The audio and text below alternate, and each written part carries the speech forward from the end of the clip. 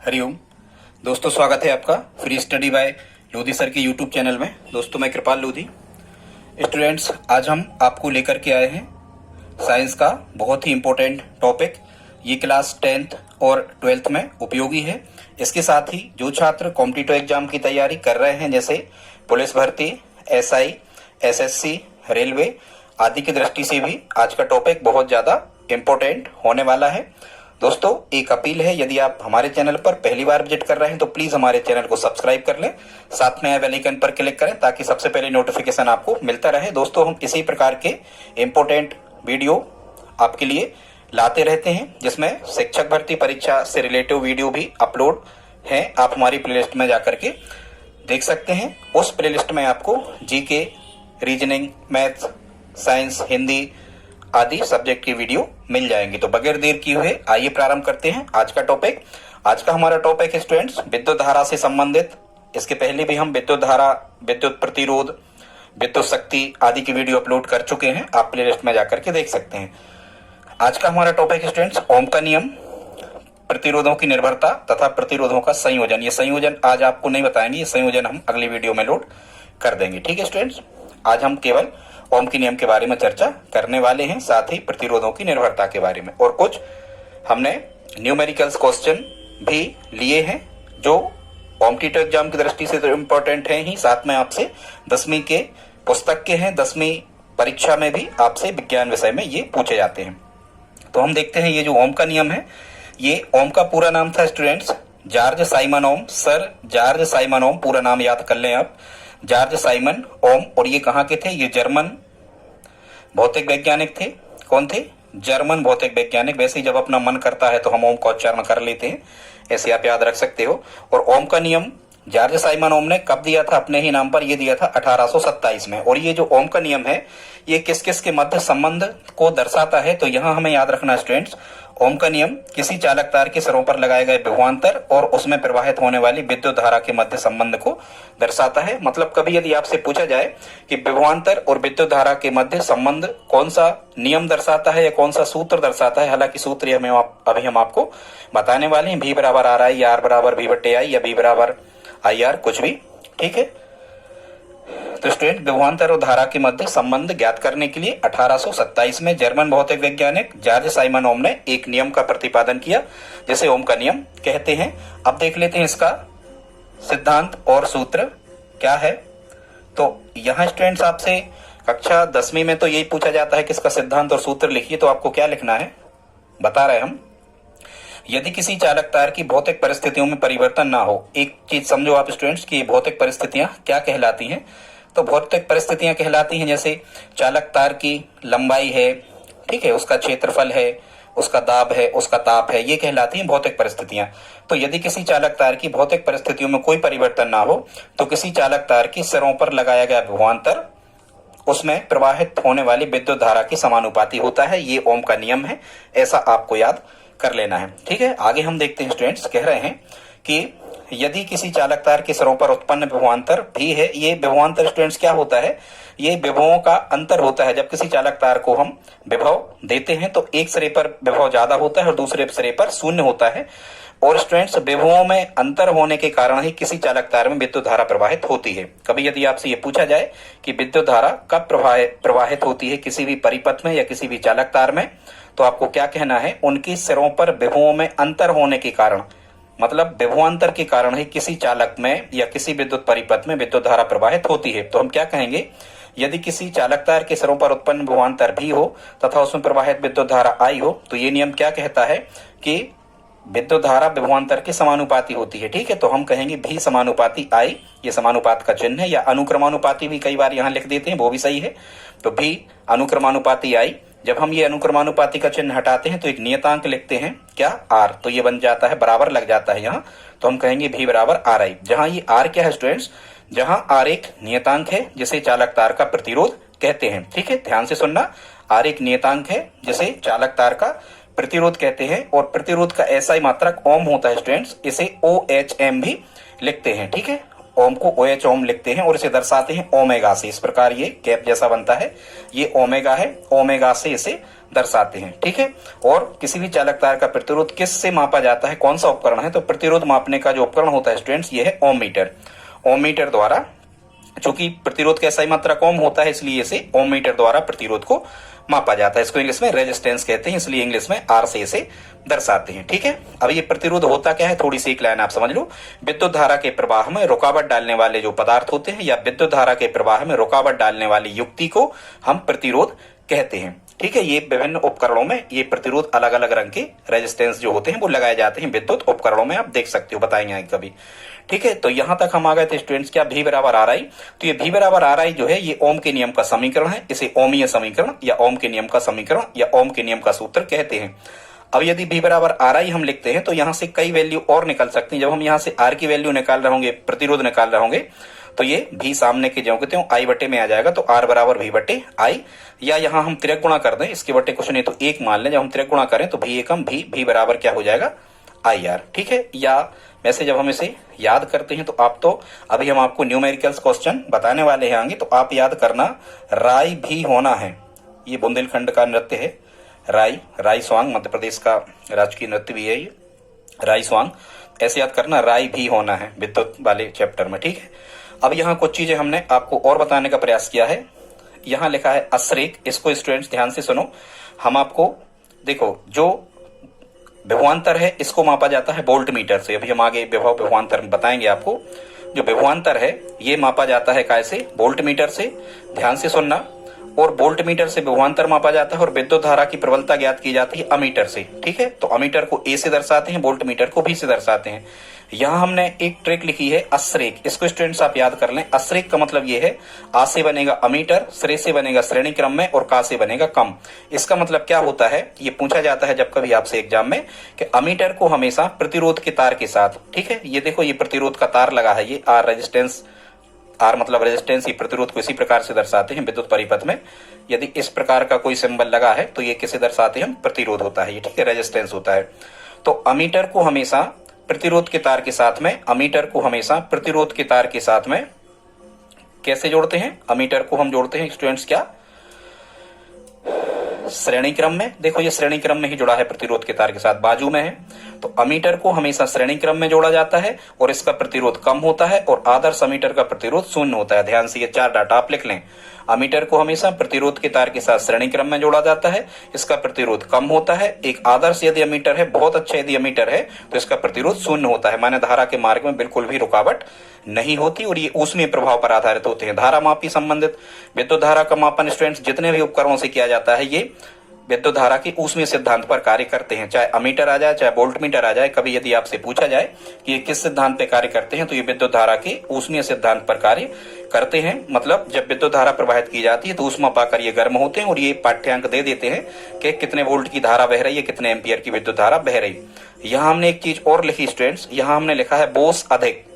क्या लिखा है, बोस अधिक। स्टूडेंट्स यहाँ पर बोस अधिक का मतलब ये है कि जो वोल्ट मीटर है, देखो ये जो वोल्ट मीटर है, ये वोल्ट मीटर का सिंबल है, इस तरफ प्लस इस तरफ माइनस। ये अमीटर का सिंबल है, ऊपर माइनस नीचे प्लस। ठीक है, अमीटर से विद्युत धारा ज्ञात करते हैं कि परिपथ में विद्युत धारा कितने एम्पियर की बह रही है। ठीक है, विद्युत धारा मापने का उपकरण क्या है, अमीटर। ध्यान रखना, विभव या विभवांतर मापने का उपकरण क्या है, वोल्ट मीटर। तो जो वोल्ट मीटर होता है इसे विद्युत परिपथ में समांतर क्रम में जोड़ा जाता है। ठीक है, ये वोल्ट मीटर को प्रतिरोध के तार के साथ में समांतर, मतलब एक के नीचे एक। ठीक है, वोल्ट मीटर को विद्युत परिपथ में तार के साथ में समांतर क्रम में जोड़ा जाता है। और जो वोल्ट मीटर होता है इसका प्रतिरोध अधिक होता है। ध्यान से सुनना, वोल्ट मीटर का प्रतिरोध अधिक होता है। यदि आपसे कहा जाए कि आदर्श जो वोल्ट मीटर है इसका प्रतिरोध कितना होता है, तो अनंत, बहुत ज्यादा। आदर्श वोल्ट मीटर का प्रतिरोध कितना होता है, अनंत होता है। ठीक है, अब हम देख लेते हैं कि ओम के नियम की सीमाएं क्या है, ओम का नियम कहां पर लागू होता है और ओम का नियम कहां पर लागू नहीं होता। तो यहां आपको ध्यान रखना है स्टूडेंट्स, केवल ओमीय प्रतिरोध, जो जितने भी ओमीय परिपथ होते हैं। अब एक चीज और आप सुनना, ओमीय परिपथ क्या कहलाते हैं स्टूडेंट्स, ऐसे सभी प्रकार के परिपथ जो ओम के नियम का पालन करते हैं उन्हें ओमीय प्रतिरोध कहते हैं, या ओमीय, हाँ, ऐसे सभी विद्युत परिपथ जो ओम के नियम का पालन करते हैं वो ओमीय परिपथ कहलाते हैं। ठीक है, और जो ओमीय प्रतिरोध होता है, ओमीय प्रतिरोध में ही ओम का नियम लागू होता है या ओमीय परिपथ में ही ओम का नियम लागू होता है। कुछ परिपथ ऐसे होते हैं या कुछ युक्तियां या कुछ उपकरण ऐसे होते हैं जो ओम के नियम का पालन नहीं करते हैं, उन्हें हम अनओमीय युक्तियां कहते हैं। ध्यान से सुनना, ऐसी युक्तियां या ऐसे उपकरण जो ओम के नियम का पालन नहीं करते हैं, अन मतलब नहीं करते हैं, ऐसी युक्तियां जो ओम के नियम का पालन नहीं करती हैं या ऐसे परिपथ जो ओम के नियम का पालन नहीं करते हैं, उन्हें अनओमीय परिपथ कहते हैं। और जो उपकरण ओम के नियम का पालन नहीं करते हैं, उन्हें अनओमीय युक्तियां कहते हैं। ठीक है, अनओमीय युक्तियां कौन कौन सी हैं जो ओम के नियम का पालन नहीं करती हैं, कभी पूछा जा सकता है। तो डायोड जितने भी होते हैं, ठीक है, संधि डायोड जितने भी होते हैं, ये अनोमीय होते हैं। ट्रांजिस्टर अनोमीय होते हैं, ओम के नियम का पालन डायोड भी नहीं करता, ट्रांजिस्टर भी नहीं करते। जो वैक्यूम ट्यूब होता है, निर्वात नलिका, ये भी ओम के नियम का पालन नहीं करती। जितने भी विद्युत अपघटनीय द्रव होते हैं जो सेलों में भरे होते हैं, जिनके अपघटन के परिणाम स्वरूप विद्युत धारा उत्पन्न की जाती है, तो सेलों के जो विद्युत अपघट्य के विलयन होते हैं वो भी ओम के नियम का पालन नहीं करते हैं। ठीक है स्टूडेंट्स, आई होप आप इतना समझ गए होंगे। आगे अब हम देखते हैं ओम के नियम के अनुप्रयोग की कुछ हमने यहाँ पर क्वेश्चंस लिए हैं, इनको हम देख लेते हैं कि इनको हमें कैसे हल करना है। ये भी हालांकि ये क्लास 10th की बुक से हमने उठाए हैं, अच्छे प्रश्न हैं। ये वार्षिक परीक्षा में क्लास 10वीं कक्षा 10वीं में आपसे पूछे जाते हैं। साथ साथ ये कॉम्पिटिटिव एग्जाम की दृष्टि से भी बहुत इंपॉर्टेंट आपके लिए होने वाले हैं। दोस्तों, यहाँ तक यदि आपने हमारा साथ दिया है, हमारा वीडियो देखा है, तो प्लीज आप लाइक कर दें, प्लीज लाइक करें, फिर हम आगे बढ़ते हैं। तो देखते हैं ओम के नियम के अनुप्रयोग।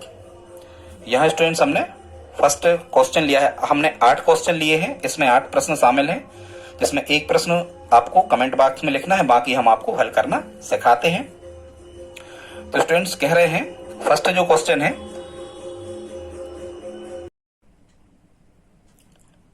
स्टूडेंट्स यहाँ ओम के नियम की प्रेक्षण सारणी पर और चर्चा कर लेते हैं। ये क्लास 10th में आती है। तो ओम के नियम की जो प्रेक्षण सारणी हमें बनाना है वो कैसे बनाना है, इसमें हमें सबसे पहले तो क्रमांक बना देना है। फिर जो ये सूत्र में होता है R बराबर V/I, यही मान यहाँ पर लिखे जाते हैं। कैसे बनाओगे, ये जो I होती है ये अमीटर का पाठ्यांक कहलाता है एम्पियर में। ठीक है, विधि वगैरह हमें आती नहीं है, विधि नहीं लिखना। असल में ये होता क्या है कि आपको ये सभी कनेक्शन करना होते हैं, एक बैटरी लेना होती है, एक अमीटर लेना होता है, एक वोल्ट मीटर, सब ठीक है, प्रतिरोध का तार लेना होता है और उनके व्यवस्थित हम कनेक्शन कर लेते हैं। फिर हम विद्युत धारा जब प्रवाहित करते हैं तो अमीटर का पाठ्यांक, अमीटर की सुई कितने एम्पियर बताती है। मान के चलो हम यहाँ कोई भी डाटा भर देते हैं, ठीक है, मान के चलो यहाँ विद्युत धारा प्रवाहित हुई 10 एम्पियर की। ठीक है, अब हमने अमीटर में से देखा कि कितने प्रबलता की विद्युत धारा प्रवाहित हो रही, तो 10 एम्पियर की। फिर हमने वोल्ट मीटर का पाठ्यांक देखा, तो मान के चलो वोल्ट मीटर का जो पाठ्यांक निकल के आया, ये आया कितना, मान के चलो हम कहें कि ये आया 20 वोल्ट। ठीक है, तो जब हम यहाँ R बराबर V/I में मान रखेंगे तो 20/10 कितने ओम मिलेगा, 2 ओम। ठीक है, इसी प्रकार से फिर हम कनेक्शन डिस्कनेक्ट करते हैं, अलग अलग करते हैं, फिर से हम कनेक्शन करते हैं और फिर से विद्युत धारा प्रवाहित करते हैं, तो फिर भी हमें ऐसे ही डाटा मिलते हैं। मान के चलो यहाँ अमीटर का पाठ्यांक 5 आ रहा होगा तो वोल्ट मीटर का पाठ्यांक 10 आ रहा होगा। जब हम यहाँ से V/I में मान रखेंगे तो V का मान है 10 वोल्ट और एम्पियर है 5, तो ये 10/5 तो कितना आ जाएगा, 2 ओम। मतलब हर बार ये 2 ओम ही आएगा। मतलब V और I में ऐसा परिवर्तन होता है कि जो ये ओम मतलब रेजिस्टेंस जो निकलता है, प्रतिरोध जो निकलता है, ये हमेशा एक नियत राशि निकलती है, नियतांक निकलता है। हर बार ये 2 आएगा। आप अनंत बार भी प्रयोग कर लो तो ये 2 ही आएगा। यही सिद्ध हो जाता है कि ओम का नियम में जो है R जो है वो नियतांक है। नियत मतलब फिक्स राशि। यदि पहली बार में प्रतिरोध का मान 2 ओम आ गया तो हर बार कितना आएगा, 2 ओम। ठीक है, यहाँ मध्यमान लिख दिया जाता है R बराबर जितना भी आपने प्रयोग किया है। केवल सारणी में आपको यही बनाना है, V, R और I। लास्ट में आपको सूत्र लिख देना है R बराबर V/I और R का मात्रक ओम, बस ठीक।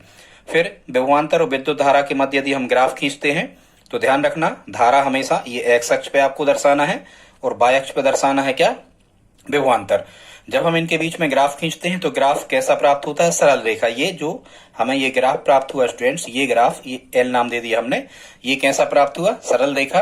और यदि ये सरल रेखा आ जाती है तो ये अनुक्रमानुपाती संबंध को सिद्ध करती है। मतलब यदि V और I के मध्य यहाँ लिख देना आप एक लाइन के विभवांतर और विद्युत धारा के मध्य ग्राफ खींचने पर हमें एक उसका ग्राफ एक सरल रेखा प्राप्त होती है। अतः हम कह सकते हैं कि V और I के मध्य अनुक्रमानुपाती या समानुपाती का संबंध होता है। अब हम देख लेते हैं स्टूडेंट्स क्या कि ओम के नियम में आपको सावधानियां क्या क्या रखना होती हैं। ये 10th की दृष्टि से इंपॉर्टेंट है। बाकी कंपटीशन वाले अभी आगे हम आपको प्रश्न बता रहे हैं, उनको हल करेंगे। इसमें सावधानियां क्या रखना है स्टूडेंट्स, बहुत सी सावधानियां रखना होती हैं। सबसे पहले तो सभी संयोजक पेंच अच्छी तरह से कसे हुए होना चाहिए। ठीक है, सभी संयोजक पेंच अच्छी तरह से कसे हुए होना चाहिए। सभी उपकरण साफ स्वच्छ होना चाहिए। विद्युत धारा हम तभी प्रवाहित करें जबकि हम प्रेक्षण लिख रहे हों, अन्यथा ऐसा होगा कि बैटरी डिस्चार्ज हो जाएगी और आपके पास प्रेक्षण मिल नहीं पाएंगे। मतलब सीधी सी बात कि प्रेक्षण लेते समय ही विद्युत धारा प्रवाहित करना चाहिए। परिपथ के सभी विद्युत संबंध साफ तथा दृढ़ होना चाहिए। ठीक है, एक और ध्यान रखना है, अमीटर को श्रेणी क्रम में तथा वोल्ट मीटर को हमेशा समांतर क्रम में जोड़ना चाहिए। फिर से सुन लीजिए, अमीटर को हमेशा श्रेणी क्रम में और वोल्ट मीटर को समांतर क्रम में जोड़ना चाहिए। अगला क्वेश्चन स्टूडेंट्स ये भी आता है 10th वालों को, प्रतिरोध किसे कहते हैं, यह किन किन कारकों पर निर्भर करता है। तो जैसा कि हमने शुरू में आपको बताया था कि विद्युत धारा के प्रवाह में अवरोध को प्रतिरोध कहते हैं। ठीक है, या ऐसा पदार्थ जो विद्युत धारा के प्रवाह में रुकावट डालते हो प्रतिरोध कहलाते हैं, या विद्युत धारा के प्रवाह में अवरोध या रुकावट को ही हम प्रतिरोध कहते हैं। किन किन कारकों पर निर्भर करता है स्टूडेंट्स, और प्रतिरोध के बारे में हम आपको बता चुके। इसका एसआई मात्रक ओम होता है, इसे ओम मीटर से मापते हैं। जॉर्ज साइमन ओम के नाम पर इसका नाम ओम रखा गया। अब प्रतिरोध काय पर निर्भर करता है, जो आपका चालक तार होता है स्टूडेंट्स, चालक तार, इस चालक तार की इस लंबाई पर निर्भर करता है। और लंबाई प्रतिरोध जो होता है ये लंबाई के अनुक्रमानुपाती होता है स्टूडेंट्स। इसका मतलब ये हुआ कि यदि तार की लंबाई बढ़ा दी जाए तो प्रतिरोध का मान बढ़ जाएगा, तार की लंबाई घटा दी जाती है तो प्रतिरोध का मान कम हो जाता है। ठीक है, एक बढ़ने पर एक बढ़ता है, एक घटने पर एक घटता है, ऐसा होता है अनुक्रमानुपाती में। मतलब लंबे चालक तारों का प्रतिरोध अधिक और छोटे चालक तारों का प्रतिरोध कम होता है। फिर सेकंड प्रतिरोध काय पर निर्भर करता है, अनुप्रस्थ परिच्छेद के क्षेत्रफल पर। ये अनुप्रस्थ काट कहलाते स्टूडेंट्स, इसके क्षेत्रफल पर भी निर्भर करता है। लेकिन या आप यहाँ पर क्षेत्रफल भी कह सकते हैं और तार की मोटाई भी कह सकते हैं। तो तार की मोटाई या हम कहें कि क्षेत्रफल के व्युत्क्रमानुपाती होता है। मतलब जितने ज्यादा मोटे तार होंगे तो इसका क्षेत्रफल कैसा होगा, ज्यादा होगा। तो यदि क्षेत्रफल बढ़ा दिया जाता है तार का तो प्रतिरोध कम हो जाता है, यदि क्षेत्रफल कम कर दिया जाता है तो प्रतिरोध बढ़ जाता है। इसलिए मोटे तारों का प्रतिरोध कम होता है। फिर चालक के ताप पर निर्भर करता है। ये यहाँ एरिया क्षेत्रफल के लिए हमने ए लिखा है, यहाँ एरिया कहते हैं, लेंथ माने लंबाई होता है, यहाँ टी माने टेम्परेचर होता है। तो चालक के ताप पर भी निर्भर करता है स्टूडेंट्स प्रतिरोध। और ताप के कैसा होता है प्रतिरोध, समानुपाती होता है। इसका मतलब ताप बढ़ाने पर चालक तार का प्रतिरोध बढ़ जाता है तथा ताप को कम करने पर चालक तार का प्रतिरोध कम हो जाता है। ठीक है, ऐसा लिखना है अनुक्रमानुपाती में। अनुक्रमानुपाती में ऐसा ही होता है, एक बढ़ने पर एक बढ़ता है, एक घटने पर एक घटता है। आगे देखते हैं स्टूडेंट, चालक तार की प्रकृति पर भी निर्भर करता है प्रतिरोध। क्या लिखना है, चालक तार की प्रकृति पर भी निर्भर करता है। प्रकृति का मतलब ये होता है स्टूडेंट कि जिस चालक तार में मुक्त इलेक्ट्रॉनों की संख्या जितनी अधिक होगी उसका प्रतिरोध उतना ही कम होगा। मतलब जितनी ज्यादा चालक वस्तुएं या चालक तार हम जिस धातु का लेंगे तो वो जितनी ज्यादा चालकता का गुण दर्शाता होगा उसका प्रतिरोध उतना ही कम होता होगा। ठीक है, जैसे हम कहें कि चांदी जो है ये ऊष्मा और विद्युत की सबसे अच्छी चालक है, तो इसका मतलब ये होगा कि चांदी का प्रतिरोध, चांदी के तार का प्रतिरोध बहुत ही कम होगा। ठीक है, तांबा और एल्यूमिनियम इनके भी प्रतिरोध बहुत कम होते हैं, इसलिए विद्युत में अधिकांशतः तांबा और एल्यूमिनियम के तारों का उपयोग किया जाता है। ठीक है, आई होप आप इतना समझ गए होंगे। अब देख लेते हैं स्टूडेंट्स यहाँ से कुछ क्वेश्चन जो हम आपको बताने वाले थे। अब न्यूमेरिकल्स क्वेश्चन भी आपसे पूछे जाते हैं, अब हम उन्हीं को प्रारंभ करते हैं। आप हमारे साथ स्टूडेंट कुछ देर और रहें, देखते हैं ओम के नियम पर आधारित कुछ क्वेश्चंस को। और ये बहुत इंपॉर्टेंट है, यदि आप कॉम्पिटिटिव एग्जाम की तैयारी कर रहे हैं तो निश्चित रूप से यहाँ से प्रश्न आना ही होते हैं। लेकिन ये 10th की जो एनसीईआरटी की बुक है उसी से हमने ये क्वेश्चंस लिए हैं। 10th वाले भी इन्हें अच्छे से तैयार कर लें, ये 2019 में यहाँ से 2 प्रश्न पूछे गए थे। प्रश्न है स्टूडेंट्स, एक चालक तार का प्रतिरोध क्या होगा यदि उसमें 0.5 एम्पियर की धारा प्रवाहित करने पर उसके सिरों पर 2 वोल्ट का विभवांतर उत्पन्न होता है। कह रहे हैं चालक तार का प्रतिरोध क्या होगा, मतलब आर का मान हमें क्या करना है, आर का मान हमें निकालना है। और क्या कह रहे हैं, यदि उसमें 0.5 एम्पियर की धारा प्रवाहित की जाए, मतलब आई का मान, विद्युत धारा का मान कितना दे रहे हैं, 0.5 एम्पियर दे रहे हैं, और उसके सिरों पर 2 वोल्ट का विभवांतर उत्पन्न होता है, माने भी का मान कितना दे रहे हैं, 2 वोल्ट। ठीक है, भी का मान कितना दे रहे हैं, 2 वोल्ट। अब स्टूडेंट्स आपको ये पता होना चाहिए, आपके पास एक ऐसा फार्मूला होना चाहिए जो भी, आर और आई में संबंध दर्शाता है, मतलब वोल्ट, प्रतिरोध और विद्युत धारा में संबंध दर्शाता है। तो वो कौन सा है, वो स्टूडेंट्स भी बराबर आर आई। कौन सा सूत्र लगाना आपको, भी बराबर आर आई। ठीक है, राई भी, ऐसा याद कर लेना, आर आई राई भी। तो आर आई बराबर भी या भी बराबर आर आई। अब यहाँ स्टूडेंट जब भी बराबर आर आई में हम मान रखते हैं तो भी की जगह लिखेंगे 2। ये देखो भी का मान कितना दिया, 2 वोल्ट, तो भी की जगह रखेंगे 2। आर, आर हमें निकालना ही है, गुणा आई, आई की जगह रखेंगे हम 0.5। आप चाहो तो दशमलव यहीं हटा दो, तो दशमलव का 1 और एक संख्या से 1 शून्य। अब ये कितने हो गए थे स्टूडेंट, ये हो गए थे 5/10। शून्य का आगे कोई मतलब नहीं होगा, तो 5 से ये 10 कैंसिल आउट हो गए, कितने बार, 2 बार। इसके बाद से यहां देखें तो हमें कितना मिला, यहां मिला 2 बराबर r/2।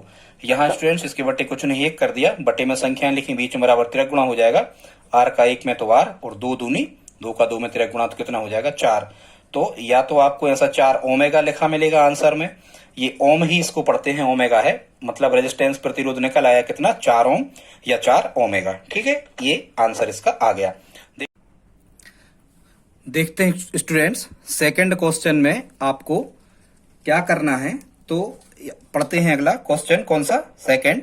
क्या कह रहे हैं इसमें, कह रहे हैं स्टूडेंट्स, यदि किसी विद्युत बल्ब के तंतु का प्रतिरोध 110 ओम है या 110 ओमेगा है तो यह बल्ब 220 वोल्ट के स्रोत से कितनी धारा लेगा। तो सबसे पहले तो हमें ये देखना है कि हमें क्या क्या यहाँ पर दिया हुआ है। तो प्रतिरोध कितना दिया है स्टूडेंट्स, यहाँ पर प्रतिरोध दिया है हमें कितना, 110 ओमेगा।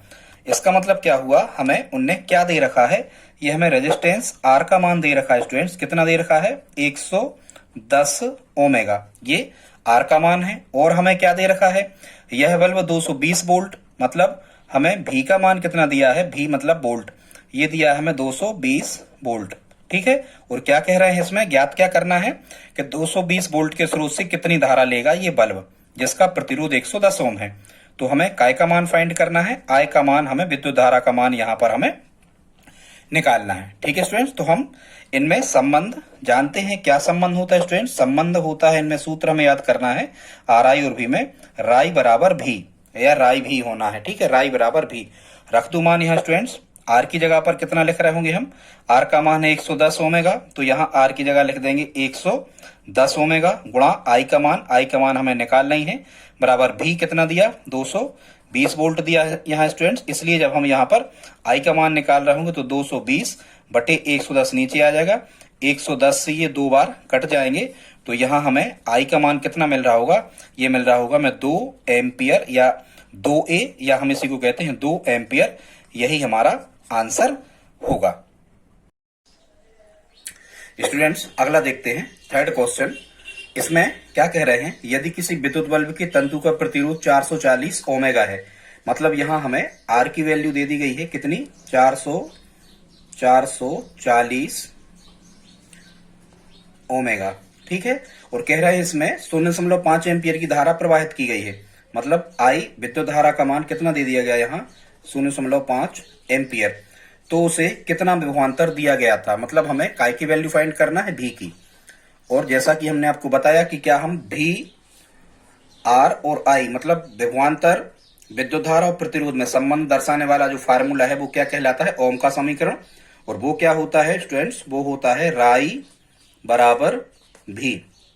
ठीक है, राई भी करवाना है विद्युत में। ठीक है, बिजली में ऐसा कुछ करके कुछ आप याद करवा लेना, या ओम राई भी करवाते थे, ऐसे करके आप एक फार्मूला याद कर सकते हो। अब जब स्टूडेंट्स यहां मान रख रहे होंगे तो आर की जगह कितना रखेंगे, आर की जगह रखेंगे 440 गुणा आई, आई का मान कितना दिया 0.5 एम्पियर, और बराबर ये भी, जो कहते हो जब हम यहाँ स्टूडेंट्स ये दशमलव हटा रहे होंगे तो दशमलव का 1 और एक संख्या तो 1 शून्य, आगे के शून्य का कोई मतलब नहीं। 5 एकम 5, 5 दूनी 10, और 2 से 440 कट गए, कितने बार? 220 बार। तो यहाँ हमें क्या मिल गया? 220 बराबर भी, या इसी को हम क्या कह सकते हैं स्टूडेंट्स? इसी को हम कह सकते हैं भी बराबर 220, और यही हमारा स्टूडेंट्स क्या होगा? आंसर होगा। इसका आंसर होगा 220 वोल्ट। कितना विभवांतर दिया गया था? तो इसे विभवांतर दिया गया था 220 वोल्ट। आई होप आप समझ गए होंगे। अगला देखते हैं स्टूडेंट्स, अगला देखते हैं प्रश्न क्रमांक 4। प्रश्न क्रमांक 4 देखते हैं। ये प्रश्न क्रमांक 4 स्टूडेंट्स आपको करके बताना है। यदि किसी विद्युत बल्ब के तंतु का प्रतिरोध 1200 ओमेगा है और यह बल्ब 200 वोल्ट के स्रोत से, तो फिर यह बल्ब 200 वोल्ट के स्रोत से कितनी धारा लेगा? यहाँ आपको क्या क्या दे दिया है? आर का मान दे दिया है 1200 ओम, और भी का मान दे दिया है 200। आई का मान आपको निकालना है स्टूडेंट्स। आई बराबर यहाँ पर कितनी विद्युत धारा लेगा, माने आई का मान आपको निकालना है। तो ये आप हमें कमेंट बॉक्स में लिख करके बताएं कि इसका आंसर क्या होगा। देखते हैं अगला क्वेश्चन 5वां। कह रहे हैं जब कोई विद्युत हीटर विद्युत स्रोत से 4 एम्पीयर विद्युत धारा लेता है, तब उसके टर्मिनलों के बीच विभवांतर 60 वोल्ट है। उस समय विद्युत हीटर कितनी धारा लेगा जब विभवांतर को 120 वोल्ट तक बढ़ा दिया जाएगा? ठीक है स्टूडेंट, तो पहले हम देखते हैं कि पहले हमें क्या दिया है। तो कह रहे हैं जब कोई विद्युत हीटर विद्युत स्रोत से 4 एम्पीयर विद्युत धारा लेता है, माने आई का मान कितना दे रखा हमें शुरुआत में? विद्युत धारा 4 एम्पीयर, और टर्मिनलों के बीच विभवांतर कितना दिया है? 60 भी। तो भी का मान कितना दिया है आपको? 60 वोल्ट। अभी हाल हम यहां से क्या निकाल सकते? अभी हाल स्टूडेंट्स हम यहां से क्या निकाल सकते हैं? तो हम निकाल सकते हैं यहां से आई का मान है और भी का मान है, तो हम यहां से क्या निकाल सकते हैं? हम निकाल सकते हैं यहां से प्रतिरोध। ठीक है, और भी आर आई में संबंध कौन सा फार्मूला दर्शाता है? राई बराबर भी, राई भी। मान रख दो, आर ज्यों कहते हो, आर का मान हमें दिया नहीं, आर की आई की जगह 4 एम्पीयर रखेंगे, बराबर भी की जगह 60। इसलिए जब हम यहां से आर की वैल्यू निकाल रहे होंगे तो 60 बटे कितना आएगा? 4। 4 से 60 कैंसिल आउट कितने बार? 15 बार। तो आर का मान कितना मिल गया हमें? 15 ओम। चूंकि आर क्या है? रेजिस्टेंट, प्रतिरोध है, इसका मान कितना मिल गया? 15 ओम। अब क्या कह रहे थे? थोड़ा सा और हमें आगे बढ़ाना है। अब क्या कह रहे थे? अब कह रहे हैं कि उस समय विद्युत हीटर कितनी धारा लेगा, माने अब हमें आई का मान निकालना है। कितनी धारा लेगा? धारा को आई से दर्शाते, आई का मान हमें निकालना है। उस समय विद्युत हीटर कितनी धारा लेगा जब विभवांतर को 120 वोल्ट तक बढ़ा दिया जाता है? आई का मान हमें निकालना है। आर 15 दिया है और विभवांतर को 120 वोल्ट तक बढ़ा दिया जाता है, माने भी का मान कितना दे रहे हैं? 120 वोल्ट। तो फिर से स्टूडेंट्स हमें यही सूत्र लगाना होगा, कौन सा? राई भी। तो फिर से वही लगा दिया हमने, राई बराबर भी। तो आर का मान कितना निकला था? 15। तो अब यहाँ आर की जगह 15 रखेंगे, गुणा आई, आई अब हमें निकालना है, बराबर भी की जगह कितना लिखेंगे? 120। इसलिए जब हम यहाँ से आई की वैल्यू फाइंड कर रहे होंगे, जब आई का मान निकाल रहे होंगे, तो 120 बटे कितना आ जाएगा? 15 बटे में 15 से 120 कितने बार कट गए? 8 बार कट गए स्टूडेंट। तो यहाँ हमें आई बराबर कितना मिल गया? 8। और विद्युत धारा काय में निकाली जाती? एम्पियर में। तो या तो ई लिखा होगा वहां पर या फिर हिंदी में एम्पियर लिखा होगा। तो इसका आंसर कितना आ रहा होगा विद्युत धारा का? 8 एम्पियर। बस इतना सा इसमें लॉजिक था कि पहले जो डाटा आपको दिए हैं वहां से प्रतिरोध निकालो, और जब प्रतिरोध मिल जाए और विभव में वोल्ट भी आपको दिया है तो आई का मान हम वहां से निकाल सकते हैं। तो ये 5 प्रश्न हो गए स्टूडेंट्स। आप 5 मिनट और हमारे साथ रहें। 3 प्रश्न और हैं, बिल्कुल सरल हैं, इंपॉर्टेंट हैं। ये कॉम्पिटिटिव एग्जाम की दृष्टि से भी महत्वपूर्ण है और क्लास 10th में तो ये आते ही हैं। अब देखते स्टूडेंट्स प्रश्न क्रमांक 6, इसमें क्या कह रहे हैं, पढ़ते हैं। प्रश्न क्रमांक 6 में कह रहे हैं स्टूडेंट्स, कोई विद्युत बल्ब 220 वोल्ट के जनरेटर से संयोजित है, मतलब जनरेटर जो है उससे 220 वोल्ट की विद्युत धारा प्रवाहित होती है। यदि बल्ब से 0.50 एम्पियर विद्युत धारा प्रवाहित हो रही है तो बल्ब की शक्ति क्या है? यहाँ स्टूडेंट्स जैसा कि आपको पता है कि विद्युत शक्ति जो होती है उसका ऐसा ही मात्रक क्या होता है? उसका ऐसा ही मात्रक होता है वाट। विद्युत शक्ति का ऐसा ही मात्रक क्या होता है? वाट। तो विद्युत शक्ति ही हमारे लिए यहाँ बल्ब की शक्ति का मतलब यही है कि हमें विद्युत शक्ति ही यहाँ पर फाइंड करना है। तो एक चीज आप यहाँ से ध्यान रखना स्टूडेंट्स, ठीक है। पहले तो ये लिख लो मान कौन कौन से दिए हैं। सबसे पहले तो 220 भी, मतलब यहाँ हमें भी का मान कितना दे रखा है? भी का मान दे रखा है 220 वोल्ट। भी का मान कितना दे रखा? 220 वोल्ट।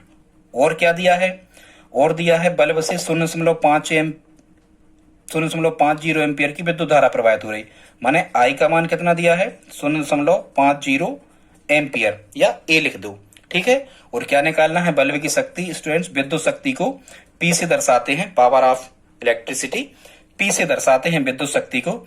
और यहां से आपको एक फार्मूला याद रखना है विद्युत शक्ति का। क्या याद रखना है, आप इस प्रकार से उसको लिखना सीखो। कैसा लिखना सीखो, ध्यान रखो, आप लिखना सीखो VIP, इस टाइप से। क्या लिखना सीखो, VIP। क्या लिखोगे, सॉरी मिस्टेक हो गया, क्या लिखना है VIP। ये स्टूडेंट्स गड़बड़ हो गया, आपको लिखना है इस प्रकार से VI बराबर P, ठीक है। या ऐसा याद कर लेना PY या Y VIP, ऐसा याद कर लो VIP। अब ये VIP वेरी इंपॉर्टेंट पर्सन, ये फुल फॉर्म होता है VIP। इसको कैसे याद रखोगे, ये V क्या है, V है वोल्ट, I है विद्युत धारा और P है शक्ति। मतलब ये जो फार्मूला हो गया, इसको आप याद करो, रट लो इसको। जो VIP है ये काय में संबंध दर्शाता है, विद्युत शक्ति, विद्युत धारा और वोल्ट में, ठीक है। तो इसमें ही हमें मान रखना है, रख दो। यहां जब हम मान रख रहे होंगे तो V का मान कितना दिया, तो V का मान दिया है 220 वोल्ट स्टूडेंट्स। और I का मान कितना दिया, I का मान दिया है 0.50 एम्पियर और बराबर P माने पावर ऑफ इलेक्ट्रिसिटी, शक्ति का मान यहां से डायरेक्ट आपको फाइंड हो जाएगा। दशमलव हटाओ, दशमलव का 1, 2 संख्याएं तो 2 शून्य, अब आगे के शून्य का कोई मतलब नहीं, हो गया 50। 50 से ये 100 काट दो, कितने बार, 2 बार। तो यहाँ हमें कितना मिलेगा, यहाँ मिलेगा 220/2। 2 से जब 220 काट रहे होंगे तो कितना आ रहा होगा, यहाँ आ रहा होगा 110। और ये विद्युत शक्ति जो होती है स्टूडेंट्स, इसका मात्रा क्या होता है, वाट। तो आंसर या तो 110 W वहां पर लिखा होगा या 110 वाट हिंदी में वहां पर लिखा होगा। ये यहां से विद्युत शक्ति निकल के आएगी। ये फार्मूला याद रख लेना, VI बराबर P, ठीक है। अगला देखते स्टूडेंट्स, 7वां क्वेश्चन है। इसमें क्या कह रहे हैं, एक विद्युत बल्ब पर 200 वोल्ट डैश, ऋण नहीं है डैश है, एक बल्ब पर 200 वोल्ट ऋण 100 वाट लिखा है, इसके प्रतिरोध की गणना कीजिए। मतलब रेजिस्टेंस इसका हमें R का मान हमें क्या करना है, R का मान यहां पर हमें फाइंड करना है। और हमें देख क्या क्या दिया है उनने, देखो 200 भी मतलब वोल्टेज हमें कितना दे रहे हैं स्टूडेंट्स, यहां पर V का मान कितना दे रहे हैं, तो यहां हमें V का मान कितना दिया है, V का मान दिया है 200 वोल्ट, ठीक। और ये जो 100 W यहां पर लिखा हुआ है, ये पावर ऑफ इलेक्ट्रिसिटी, मतलब ये विद्युत शक्ति कहलाती है। क्या कहलाती है, विद्युत शक्ति। तो P बराबर कितना दे रहे हैं, 100 वाट, ठीक है। या कुछ भी आप हिंदी में लिख लेना। और इसके प्रतिरोध की गणना कीजिए। मतलब हमें क्या करना है, यहां से यहां R का मान हमें निकालना है, ठीक है। तो हम कौन सा फार्मूला जानते हैं जो हमारे लिए काय में संबंध दर्शाता हो। सबसे पहले तो VI और P में संबंध दर्शाता हो, तो इसमें मान रख लो VI में। ऐसा कौन सा संबंध बनता है, यहां से कोई ना कोई चीज यहां से प्राप्त हो जाएगी। क्या प्राप्त होगा, फार्मूला है स्टूडेंट्स VI बराबर P। जब हम VI बराबर P में ये मान रख रहे होंगे तो V की जगह कितना रखेंगे, इस V की जगह 200 गुणा I का मान क्या हमें दिया है, नहीं दिया। तो यहाँ I का मान हम क्या करेंगे, I का मान हम ज्यों का त्यों रखेंगे, यहाँ I ही रखेंगे बराबर P। P की जगह कितना रखेंगे हम, P की जगह रखेंगे कितना 100। तो यहाँ रख दिया हमने कितना 100। यहाँ से जब हम I की वैल्यू फाइंड कर रहे होंगे तो यहाँ मिलेगा 100, ये गुणा में है तो भाग में आ जाएंगे 100/200, ठीक है। इनको जब हम कैंसिल आउट करेंगे तो 1/2, या हम कहें कि I बराबर 1/2, 2 से 1 में भाग करेंगे तो 0.5 एम्पियर। I का मान कितना मिल गया, 0.5 एम्पियर। अब हमें चूंकि निकालना क्या था, प्रतिरोध निकालना था। अब हम क्या कोई ऐसा सूत्र जानते हैं कि हमें I का मान दिया हो, माने विद्युत धारा दी हो, ठीक है, और वोल्टेज का मान दिया हो, तो प्रतिरोध का मान निकाल सकते बिल्कुल ओम के नियम से। और ओम का नियम क्या होता था, हमने शुरू में बताया था, ओम का नियम होता है राई बराबर भी, RI बराबर भी। अब आप रख दो मान, R का मान तो हमें निकालना है, तो R यहाँ पर ज्यों के त्यों गुणा I कितना मिला 0.5 एम्पियर, तो 0.5 रख दो बराबर V कितना मिला, तो V में वोल्ट कितना था, 200 वोल्ट था, तो V का मान 200 रख दो यहाँ, ठीक है स्टूडेंट्स। जब हम यहाँ से R का मान निकाल रहे होंगे तो ये 200/0.5 कहाँ जाएंगे, नीचे जब हम इसका दशमलव का 1 और एक संख्या का शून्य 10 मानेंगे तो ये 10 कहाँ पहुंचेंगे, ऊपर पहुंचेंगे। आगे का शून्य हट गया, जैसे ही हमने ये दशमलव का 1 और एक संख्या तो एक शून्य माना, तो ये दशमलव हट गया और 10 पहुंची ऊपर। ये बचे केवल कितने, 5। शून्य 5 माने 5, 5 से 10 कट गए कितने बार, 2 बार। और जब हम ये 200 का 2 में गुणा कर रहे होंगे तो यहाँ कितना आ रहा होगा, 400 ओम, या 400 आपको लिखा मिलेगा ओमेगा। यही हमारा क्या होगा आंसर, या तो ओमेगा या ओम। ठीक है स्टूडेंट्स, इस प्रकार से इसे हमें करना था। अगला देखते हैं। बस आपने यहाँ तक यदि वीडियो देखा है तो प्लीज आप इसे लाइक जरूर कर दें स्टूडेंट्स। अच्छे क्वेश्चन हैं, कॉम्पिटिटिव एग्जाम में तो आते ही हैं। साथ में 10th की पुस्तक के सभी क्वेश्चन है, उसी में से हमने इनको लिया है एनसीईआरटी की बुक के। लाइक कर दें स्टूडेंट्स, लाइक करने में आपका कुछ नहीं लगता, सब्सक्राइब कर लें चाहें तो। अगला कह रहे हैं 8वां लास्ट क्वेश्चन है, 400 वाट का कोई विद्युत रेफ्रिजरेटर 8 घंटे प्रतिदिन चलाया जाता है, मतलब एक दिन में 8 घंटे चलाया जाता है, तो 3 रुपया किलोवाट घंटा की दर से 30 दिन तक चलाने के लिए ऊर्जा का मूल्य क्या होगा, ये हमें निकालना है। ठीक है स्टूडेंट्स, तो इसमें आपको क्या करना है, सबसे पहले तो ये काय में दिया है आपको, 400 काय में दिया है, ये वाट में दिया है। ठीक है स्टूडेंट्स, तो जो दिया होता है सबसे पहले तो आप वाट का समय में कर दिया करें गुणा। हमेशा वाट का, देखो ये यूनिट निकाली जाती है, लेकिन यूनिट जो निकलती, 1 यूनिट विद्युत शक्ति का जो व्यवहारिक मात्रक होता है, 1 यूनिट 1 किलोवाट घंटा ही 1 यूनिट कहलाती है। तो वाट गुणा समय जब आप करोगे तो जितना भी समय दिया है सबका आप गुणा कर दो। ठीक है, तो वाट मतलब शक्ति कितनी दी, तो शक्ति थी 400, यहाँ शक्ति लिख दिया करे या वाट लिख दिया करे, तो वाट की जगह कितना रखेंगे हम, 400 गुणा समय कितना था, तो समय कितना था, ये 8 घंटे चल रहा था, और 8 घंटे चल रहा था और 30 दिन तक चला था। तो एक दिन में यदि 8 घंटे चलता है तो 30 दिन में कितना चला होगा, एक का दिया ज्यादा का निकालना, तो क्या करोगे आप यहाँ पर गुणा करोगे स्टूडेंट, तो ये कितना निकल के आएगा, 4 अट्ठे, यहाँ आएगा 4 अट्ठे 3200 और गुणा कितने 30 और आएंगे। फिर यहाँ जब आप आगे हल कर रहे होगे तो इनका जब गुणा करोगे तो 32 दिया कितने 96 और 300 और बन जाएंगे, तो 96,000। तो ये 96,000 क्या निकल के आया स्टूडेंट्स, ये 96,000 वाट निकल के आया। कितना निकल के आया, वाट। 96,000 वाट बिजली जल जाएगी। ठीक है, 96,000 वाट बिजली जल जाएगी। लेकिन ये अभी किलोवाट घंटा वो ये कह रहे हैं कि 3 रुपया प्रति, मतलब 3 रुपया लगते हैं 1 किलोवाट घंटा के। तो इस 96,000 वाट को क्या होता है स्टूडेंट्स, एक नियम है इसमें, 1 किलोवाट घंटा बराबर होता है 1000 वाट। 1 किलोवाट घंटा बराबर 1000 वाट। तो ये निकालो कि जो 96,000 वाट आए हैं, तो हम ये निकालेंगे कि 96,000 वाट में कितने किलोवाट होंगे, तो 1000 से क्या कर देंगे भाग, 3 शून्य से 3 शून्य कट जाएंगे, मतलब 96 किलोवाट घंटा। ठीक है, 96 किलोवाट घंटा। 96 किलोवाट घंटा, या हम कहें कि इसी को कहते हैं 96 यूनिट बिजली जल गई व्यवहारिक भाषा में। 96 यूनिट बिजली जल गई और कह रहे थे 3 रुपया प्रति किलोवाट घंटा, मतलब 1 किलोवाट घंटा के 3 रुपया हैं, तो 96 किलोवाट घंटा के जो रुपया निकल के आएंगे वो कितने, 1 का दिया है, ज्यादा का निकालना, तो क्या कर दो गुणा। 3 18 की 8, हासिल 1, 3 नाम 27 और 1 कितना आएगा 28, कितना आएगा 288 रुपया। इसका क्या आ रहा होगा, आंसर आ रहा होगा। ठीक है, 96 किलोवाट घंटा मतलब 96 यूनिट बिजली जल गई। 1 यूनिट के 3 रुपया लग रहे थे, कितने 3 रुपया, तो 96 यूनिट के 288 रुपया लगेंगे। स्टूडेंट्स ये किलोवाट घंटा यूनिट ही कहलाता है, किसी वीडियो में हमने बताया, आप प्ले लिस्ट में जाकर के देख सकते हैं। तो दोस्तों आज का वीडियो यदि अच्छा लगा हो, इसी प्रकार के हम इंपॉर्टेंट वीडियो आपके लिए लाते रहते हैं। आगे हम प्रतिरोधों का संयोजन, प्रतिरोध के सभी न्यूमेरिकल्स क्वेश्चन जो 10th की पुस्तक में दिए हल करवाएंगे। यदि वीडियो अच्छा लगा हो तो प्लीज हमारे चैनल को लाइक करें, शेयर करें, इस वीडियो को सब्सक्राइब करें, प्लीज सब्सक्राइब, कमेंट जरूर करें।